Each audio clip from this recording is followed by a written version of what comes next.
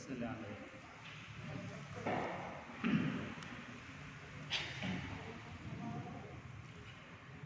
Bismillahirrahmanirrahim. Assalamualaikum warahmatullahi wabarakatuh. Bismillah, innal hamdalillah nahmaduhu wa nasta'inuhu wa nastaghfiruh wa na'udzu billahi min shururi anfusina wa min sayyiati a'malina. May yahdihillahu fala mudilla lahu wa may yudlil fala hadiya lahu. Asyhadu an la ilaha illallah wa asyhadu anna Muhammadan 'abduhu wa rasuluh. Allahumma shalli wa sallim ala sayyidina Muhammadin wa ala alihi wa sahbihi ajma'in. Rabbi ishrah li sadri wa yassir li amri wa hlul 'uqdatam min lisani yafqahu qawli. Amma ba'd. Qala Allah ta'ala fi kitabihil karim wa huwa asdaqul qailin. A'udzu billahi as-sami'il 'alim minasyaitonir rajim. Bismillahirrahmanirrahim. Syahrul Ramadan alladzi unzila fihi al-Qur'an hudan lin-nasi wa bayyinatin minal huda wal furqan. Shadaqallahul 'azim wa shadaqa rasuluhul karim wa nahnu 'ala dzalika minasyahidin walhamdulillahi rabbil alamin. Bapak Ibu hadirin jemaah majelis Qoblai Iftar Masjid Al-Azhar yang sama-sama mengharapkan ridha dari Allah Subhanahu wa taala. Tentu yang paling utama dan paling yang harus kita awali adalah bersyukur kepada Allah Subhanahu wa taala, karena alhamdulillah kita ditakdir kembali untuk bisa melaksanakan kewajiban kita melaksanakan puasa Ramadan dan juga ibadah-ibadah sunnah yang lain. Termasuk sore hari ini kita ditakdir kembali untuk bisa hadir di majelis yang mulia, majelis ilmu, majelis zikir. Mudah-mudahan langkah kaki kita dari tempat kita masing-masing menuju masjid yang penuh berkah ini mudah-mudahan dicatat sebagai amal soleh, amal ibadah. Amin ya rabbal alamin. Bapak Ibu jemaah yang dimuliakan Allah Subhanahu wa taala, di antara amanat Al-Qur'anul Karim, Al-Qur'an mengamanatkan kita untuk menjadi umat yang tengah-tengah, untuk menjadi umat yang menjadi wasit, umat yang moderat, umat yang mengedepankan keadilan, umat yang mengedepankan data dan fakta, umat yang mengedepankan kebenaran. Nah, ini Quran yang mengamanatkan kepada kita selaku umat baginda Rasulullah SAW. Di dalam Quran disebutkan wa kadzalika ja'alnakum ummatan wasata, kata Allah. Wa kadzalika, dan yang demikian itu, ja'alnakum, kami jadikan kalian semua. Jadikan apa? Ummatan wasata, umat yang menjadi wasit. Wasit itu kan gak kanan gak kiri, gak ngikut kesebelasan yang satu, gak ikut kesebelasan yang lain. Jadi ya jadi pengadil yang tengah-tengah, umat wasat, umat yang tengah-tengah, umat yang memang mengedepankan kebenaran, menjadi wasit atas semua yang menjadi problematika di dalam hidup ini. Nah, ini amanat yang besar. Bukan sembarang amanat, tetapi ini amanat yang dipikulkan kepada kita, kepada umat baginda Rasulullah SAW. Asbabun nuzul ayat ini berkaitan dengan klaim besar peradaban tentang klaim Nabiullah Isa alaihissalatu wassalam. Ada yang mengklaim, orang-orang Yahudi mengatakan bahwasanya Isa itu adalah anak zina. Isa itu adalah anak dari perbuatan perbuatan yang tidak benar. Ini klaim kiri yang ekstrim. Kemudian ada lagi kelompok yang kanan mengatakan bahwasanya Isa itu adalah anak Tuhan. Isa adalah bagian dari Tuhan, atau Tuhan yang menjelma menjadi manusia. Nah, ini sekarang di dunia maya logika-logika yang dibangun ini luar biasa. Kalau kita nggak punya dasar logika pikiran yang jelas, ini bisa katut-katutan. Sebab apa? Logika yang dibangun oleh mereka itu, siapapun yang nggak ngaji, siapapun yang nggak baca Quran, pondasi agamanya yang kurang bisa katut-katut. Sebab apa? Di media sosial, apakah itu YouTube, apakah itu Facebook, apakah itu sekalipun TikTok sekarang beredar dengan durasi yang pendek, tetapi diulang terus-menerus. Itu luar biasa. Membangun sebuah opini bahwasanya apa yang disebutkan oleh mereka itu seolah-olah benar. Makanya kemudian Quran ini datang menjadi penengah siapa sebetulnya Isa, mendudukan perkara sesuai data dan sejarah yang benar. Faktanya bagaimana, datanya bagaimana, Allah kemudian memberikan penjelasan di dalam Al-Qur'anul Karim. Maka di antara yang diamanah kepada kita selaku umat baginda Rasulullah SAW adalah wa kadzalika ja'alnakum ummatan wasatan. Dan yang demikian itu kami jadikan kalian umat baginda Rasulullah sebagai umat yang tengah-tengah, umat yang menjadi wasit, mendudukan perkara sejarah sesuai dengan data dan fakta yang ada. Fakta dan data yang ada mengatakan bahwasanya Isa itu bukan anak zina. Karena ketika Maryam itu melahirkan Isa, ketika Maryam mengandung Nabiullah Isa alaihissalatu wassalam, itu betul-betul bukan dari perbuatan zina, bukan dari perzinahan, tetapi Allah Subhanahu wa taala mengirimkan ruh langsung kepada rahimnya Maryam. Dan ini termasuk keluarga yang keluarganya ini dijaga dari asyifa, dari perbuatan-perbuatan zina. Dari mulai Maryam sampai dengan orang tuanya yaitu Imran. Bahkan kakek neneknya Nabiullah Isa alaihissalatu wassalam itu termasuk orang-orang pilihan. Jadi bukan sembarangan, meskipun bukan dari kelompok Nabi dan Rasul, tetapi kakek dan neneknya Nabiullah Isa itu adalah orang pilihan Allah Subhanahu wa taala. Bahkan diabadikan di dalam Al-Qur'anul Karim. Allah mencatat innallaha astafa Adama wa Nuhan wa ala Ibrahim wa ala Imran 'alal 'alamin. Ini Allah yang mencatat. Dalam Quran disebutkan innallaha astafa, sesungguhnya Allah telah memilih. Siapa saja yang dipilih oleh Allah? Adama, Nabiullah Adam alaihissalatu wassalam. Ini diantara yang dipilih Allah. Para ulama menjelaskan kenapa Adam dipilih oleh Allah. Karena Adam meskipun beliau seorang nabi, seorang rasul yang pernah durhaka, yang pernah maksiat kepada Allah Subhanahu wa taala, membangkang perintahnya, tetapi beliau langsung cepat-cepat bertobat.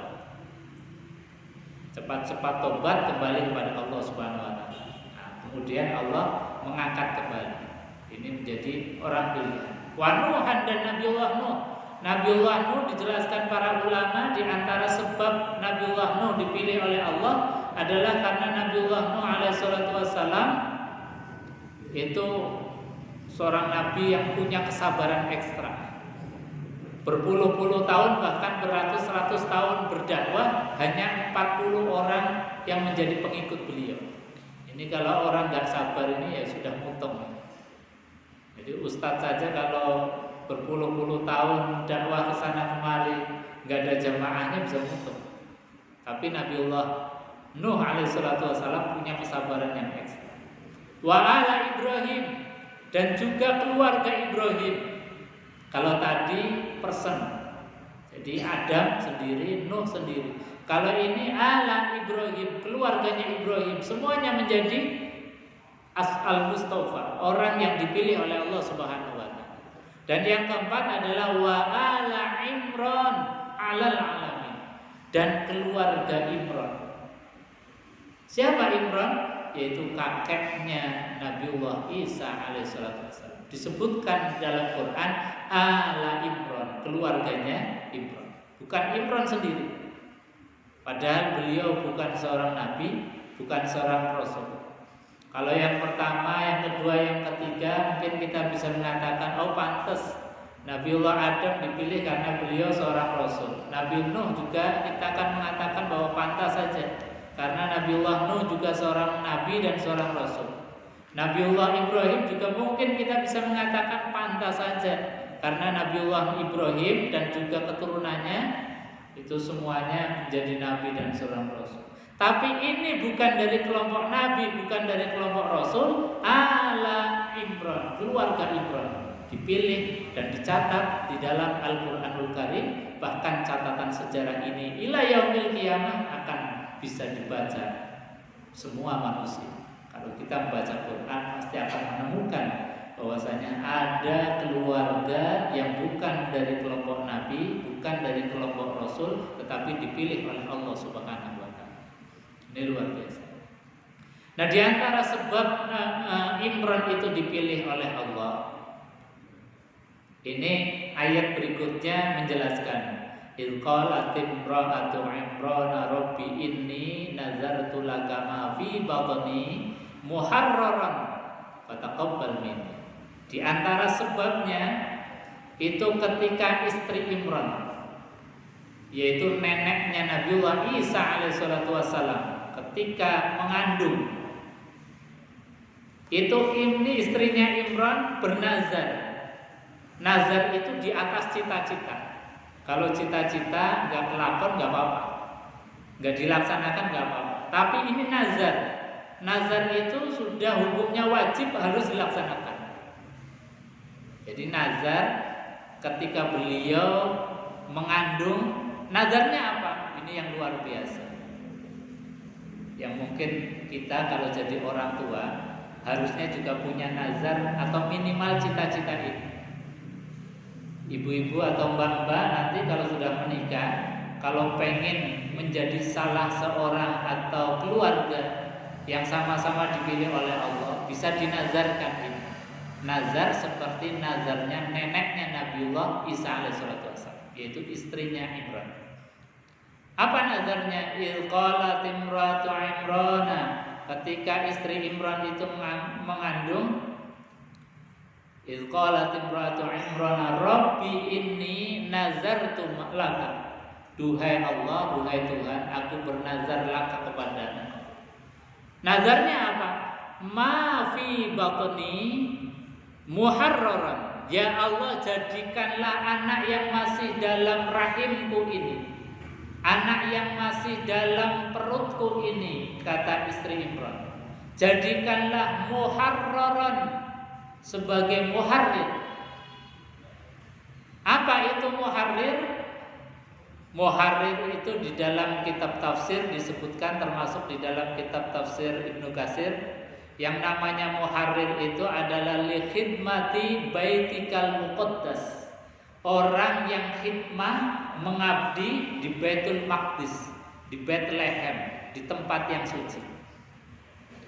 Bethlehem, Baitul Lahmi itu dulu tempat suci, tempat ibadah para nabi yang ada di Palestina.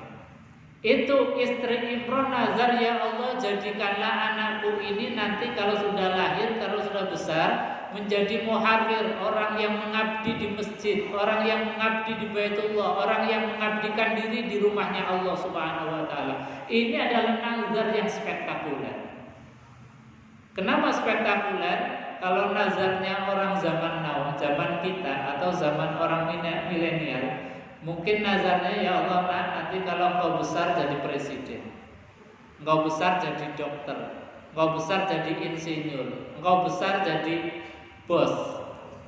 Jadi nazarnya itu mungkin semuanya hampir dunia, semuanya yang menurut kacamata dunia ukurannya sukses.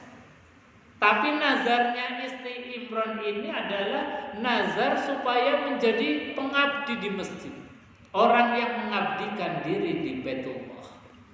Makanya kemudian ini dicatat oleh Allah dan diterima oleh Allah, fataqabbal minni.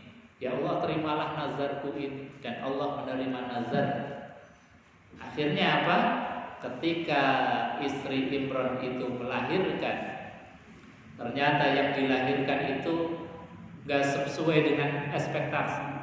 Karena biasanya yang mengabdi di masjid di Baitullah itu laki-laki, sementara dia istri Imran itu melahirkan seorang perempuan.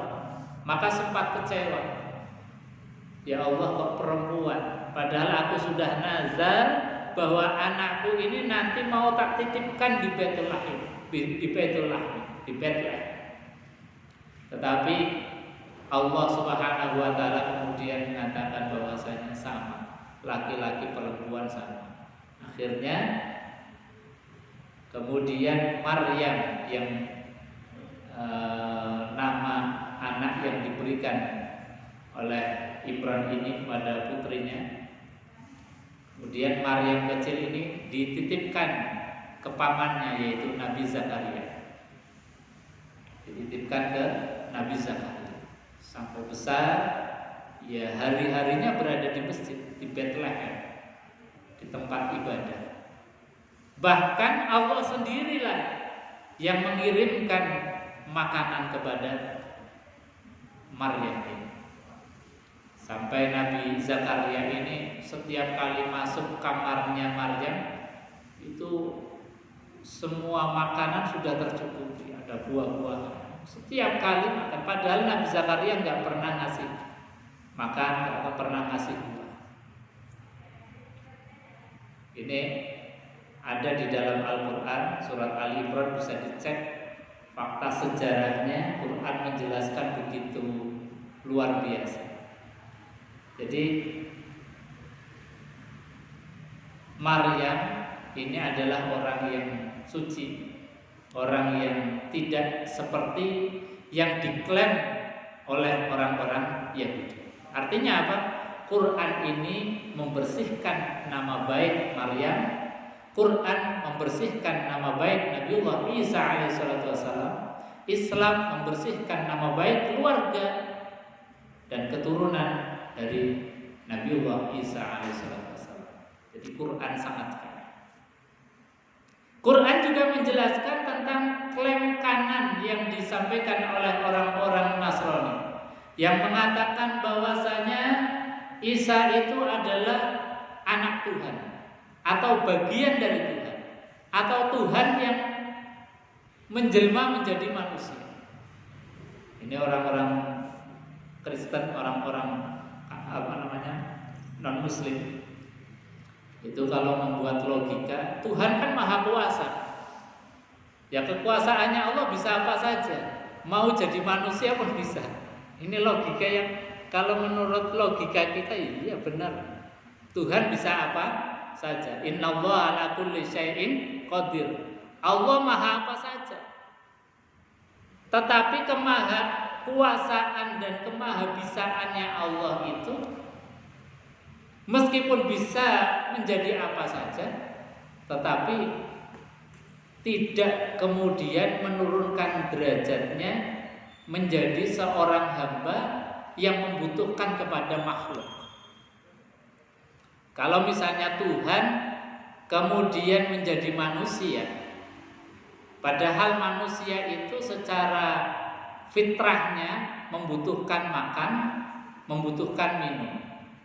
Nah, kalau Tuhan itu kemudian berubah menjadi manusia, berarti Tuhan masih membutuhkan materi yang lain, bahkan materi itu lebih rendah daripada manusia. Yang manusia disifati oleh Allah Subhanahu wa taala fi ahsani taqwim. Aku ciptakan manusia dalam bentuk yang sesempurna-sempurna, dalam bentuk yang paling sempurna. Sementara bentuk yang sempurna manusia masih membutuhkan materi yang tidak sempurna. Manusia sempurna karena punya akal, karena punya pikiran, karena punya hati.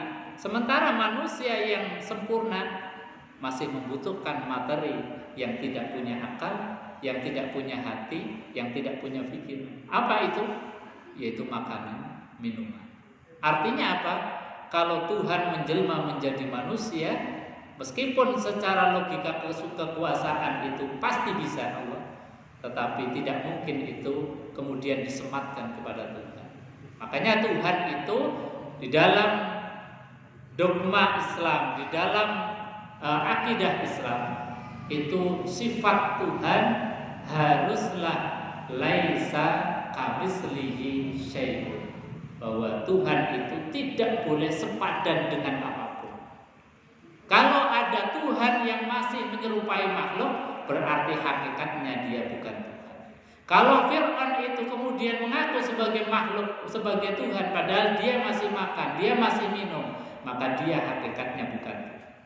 Isa yang dianggapnya sebagai Tuhan, padahal beliau Isa masih makan, masih minum, membutuhkan materi yang lain, maka jelas Isa bukanlah Tuhan.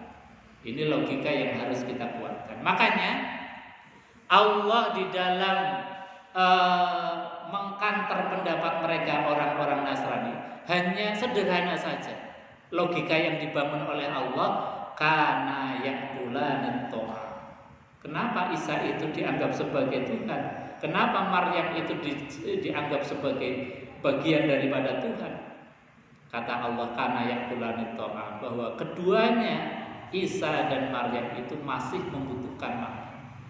Kalau orang itu masih membutuhkan makan, tidak mungkin disematkan dengan sifat daripada sifatnya Tuhan. Ini sekali lagi kita kuatkan logika kita, karena apa? Di dunia maya logika-logika kita seringkali kemudian dibiaskan dengan opini-opini yang dibangun oleh mereka. Maka kita harus kuatkan opini kita, akidah kita. Jangan sampai kemudian terkecoh dengan logika-logika yang dibangun oleh mereka yang seolah-olah benar. Maka kita harus berpedoman kepada ajaran Al-Quran. Mudah-mudahan ada manfaatnya, karena ini sudah menjelang berbuka. Mari kita berdoa berbuka puasa bersama-sama. Bismillahirrahmanirrahim. Allahumma lakasumtu wa bika amantu wa ala rizqika aftartu birahmatika ya arhamar rahimin. Demikian, kurang dan lebihnya mohon maaf. Kita akhiri majelis ini dengan doa kafaratul majelis bersama-sama. Bismillahirrahmanirrahim. Subhanakallahumma wa bihamdika asyhadu an la ilaha